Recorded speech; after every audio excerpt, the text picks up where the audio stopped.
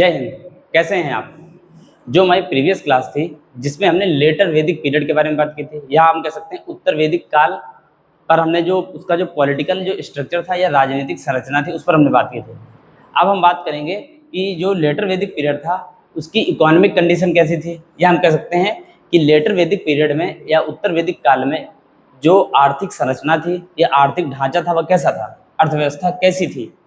जैसा कि हमने बताया था जो प्री वैदिक पीरियड था उसमें मानव का या ऋग्वैदिक कालीन जो लोग थे उनका जो प्राथमिक व्यवसाय था वह क्या था, पशुपालन था।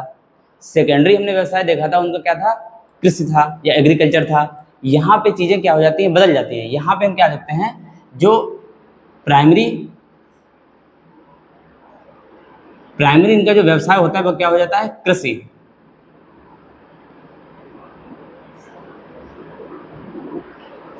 एग्रीकल्चर। सेकेंडरी हो जाता है पशुपालन।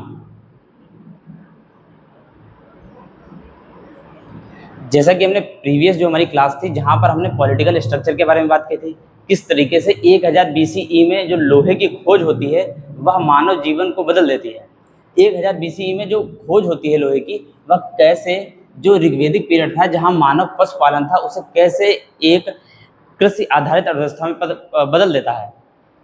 लोहे की खोज क्या करती है, जैसा कि हमने बताया था कि ऋग्वैदिक कालीन जो लोग थे उनकी जो पूर्वी सीमा थी वह गंगा नदी तक थी। लोहे की खोज के बाद वो क्या करते हैं कि गंगा नदी का जो मैदानी भाग होता है वहाँ पे जो फॉरेस्ट एरिया होता है उसे क्लीन करते हैं। उस भूमि का एग्रीकल्चर लैंड के रूप में विकास होता है। वहीं से क्या होता है, एक स्थायी जीवन या हम कह सकते हैं कृषि आधारित जो अर्थव्यवस्था होती है उसकी शुरुआत हो जाती है। कृषि में हमने देखा था ये लोग गेहूँ, जौ, चावल और तिलहन जैसी जो फसलें होती हैं उनका उत्पादन करते हैं।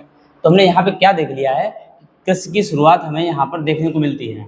प्राइमरी इनका जो व्यवसाय था या प्राथमिक व्यवसाय था वह क्या था, कृषि था। सेकेंडरी क्या था, पशुपालन था। हमने यह भी समझ लिया है कि कृषि की शुरुआत कैसे हुई। जैसा कि अभी हमने बताया था कि लोहे की खोज ने किस तरीके से चीज़ों को परिवर्तित कर दिया। हथियारों का निर्माण किया जाने लगा था। कृषि जो उपकरण थे या एग्रीकल्चर जो हम कह सकते हैं जो टूल्स होते हैं या उपकरण होते हैं उनका भी बड़ी मात्रा में निर्माण किया जाने लगा था, जिससे क्या हुआ था, कृषि का विकास संभव हो पाया था। यहीं पे हम देखते हैं शतपथ ब्राह्मण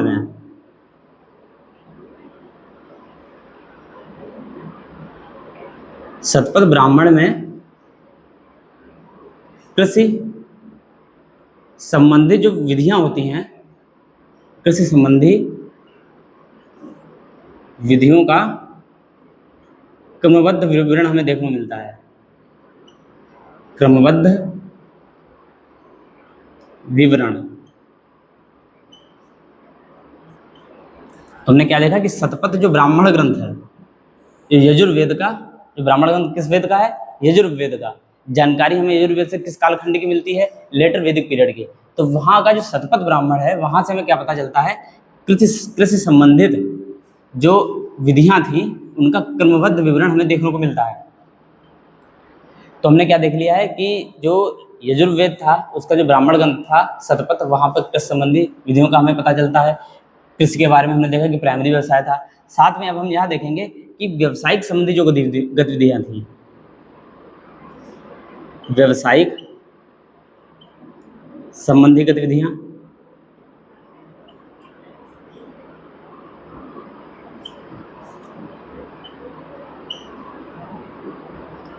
उनका भी हमें विवरण पता चलता है। जैसा कि हमने पहले ही बताया था कि अब मानव क्या करेगा, एग्रीकल्चर के माध्यम से जो अनाज होते हैं उनका प्रोडक्शन करेगा, सरप्लस होगा उसका क्या करेगा, मार्केट में उन्हें बेचेगा जो सरप्लस होगा। फिर हमने देखा था किस तरीके से जब लोहे का जब पता चलता है तो ऐसा तो नहीं कि लोहे का पता चल लोहा हमें तुरंत, या हम कह सकते हैं तुरंत जो मेटल होता है वह तुरंत प्राप्त हो जाए। लोहा हमें किस फॉर्म में मिलता है, रॉ फॉर्म में मिलता है, जिसे लोह अयस्क कहते हैं। इसे प्योरीफाई किया जाता है, यहाँ से फिर क्या होता है, लोहे का निर्माण होता है। लोह अयस्क के माध्यम से लोहे का निर्माण होता है, उसे प्योरीफाई किया जाता है। प्योरीफाई करने के बाद फिर क्या होता है, लोहे का निर्माण होता है। इस तरीके से हम क्या देख रहे हैं कि एक ऐसा वर्ग भी था जो क्या करता था, जो अपनी गतिविधियां जो यह जो कह सकते हैं जो कार्य था वहां तक सीमित रखता था। ऐसे ही बहुत से ऐसे कार्य थे, जैसे जैसे सोना, सोने का भी पता इन लोगों को था, चांदी इत्यादि के आभूषण,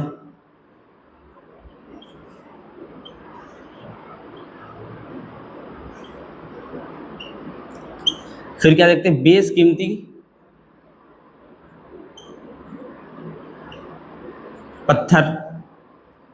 तो कहीं ना कहीं हमें यह पता चलता है कि व्यापारिक जो गतिविधियां थी वह पर्याप्त मात्रा में हो रही थी। व्यापारिक गतिविधियां कैसी थी, स्थानीय स्तर पर भी व्यापारिक गतिविधियां हो रही थी, स्थानीय लोकल जो मार्केट थी वहां पर भी, और दूर दराज के जो क्षेत्र होते थे,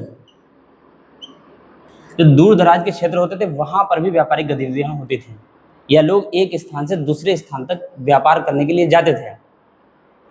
यहां पे हमें मिलता है श्रेणी व्यवस्था का पता।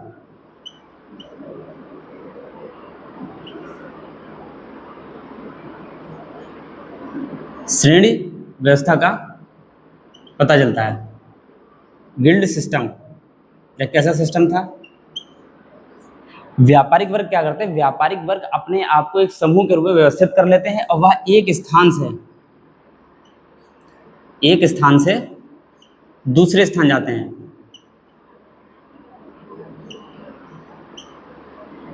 तो गिल्ड जो सिस्टम था उसके बारे में पता चलता है कि व्यापारियों ने अपने आप को एक समूह के रूप में व्यवस्थित कर रखा था। उन्हें क्या कहा जाता था, श्रेणी व्यवस्था कहा जाता था।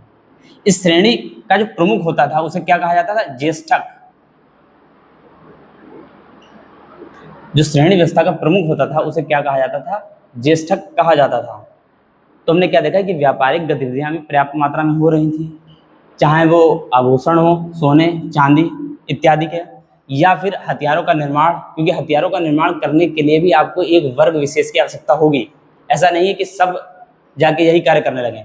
फिर कृषि से संबंधित जो कार्य था वहाँ पे भी आपको जो सरप्लस होगा उसका प्रोडक्शन होगा, उसे एक स्थान से दूसरे स्थान तक भेजा जाएगा।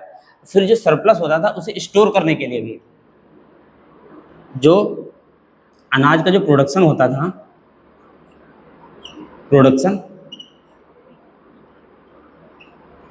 उसे स्टोर करने के लिए भी मृदभांडों का निर्माण होता था। मृदभांड जैसा कि हमने बताया था, पॉट्स जो बर्तन होते थे उनका भी निर्माण होता था। उनके निर्माण करने के लिए भी एक वर्ग की आवश्यकता होगी। तो इस तरीके से हम देख सकते हैं यहाँ पे जो मृदभांड का प्रयोग करते थे वह चित्रित धूसर मृदभांड,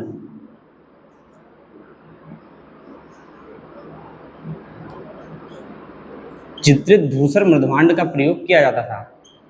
इसका प्रयोग जो प्रोडक्शन होता था उसे स्टोर करने के लिए भी करते थे।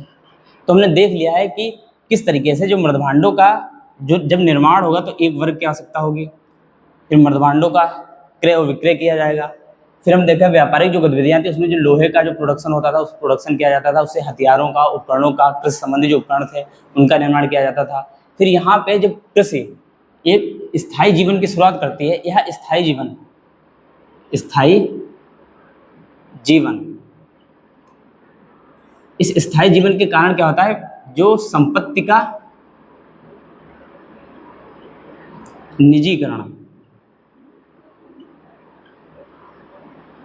और जब संपत्ति का निजीकरण होता है तो बंटवारे की जो व्यवस्था है वह हमें आगे देखने को मिलेगी। इस संपत्ति का बंटवारे की व्यवस्था, जो बंटवारे की व्यवस्था है वह हमें आगे देखने को मिलेगी।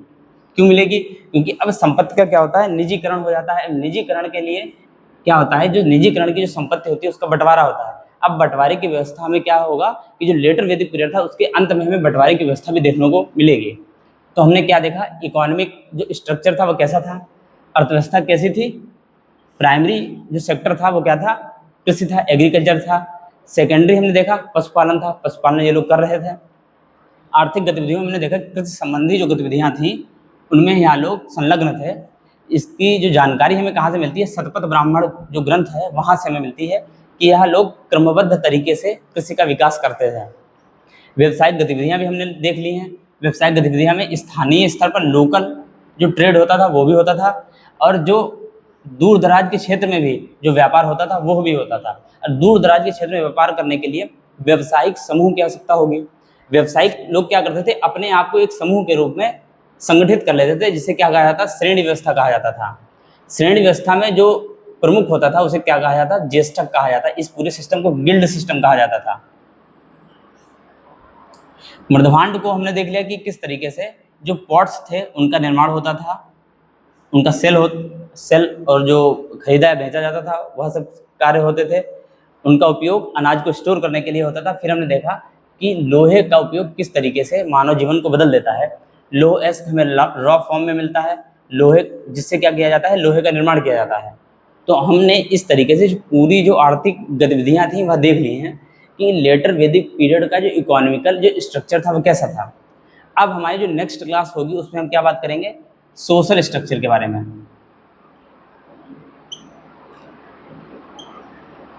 फिर हम बात करेंगे रिलीजियस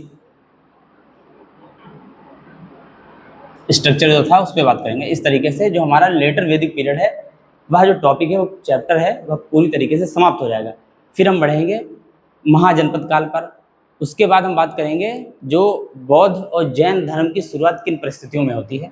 तो हमारी जो अगली क्लास होगी वह क्या होगी, सोशल स्ट्रक्चर और रिलीजियस स्ट्रक्चर था उस पर। उम्मीद है आपको यहाँ तक जो सारी चीज़ें हैं वह समझ में आ गई होंगी। हमने क्या किया था, हमने बात की थी पॉलिटिकल स्ट्रक्चर की जो प्रीवियस क्लास थी। अब हमने बात की है जो इकोनॉमिकल जो स्ट्रक्चर था या इकोनॉमिक जो कंडीशन थी उस पर बात की है। अगली क्लास में हम बात करेंगे सोशल स्ट्रक्चर और रिलीजियस स्ट्रक्चर कैसा था। जय हिंद, जय भारत।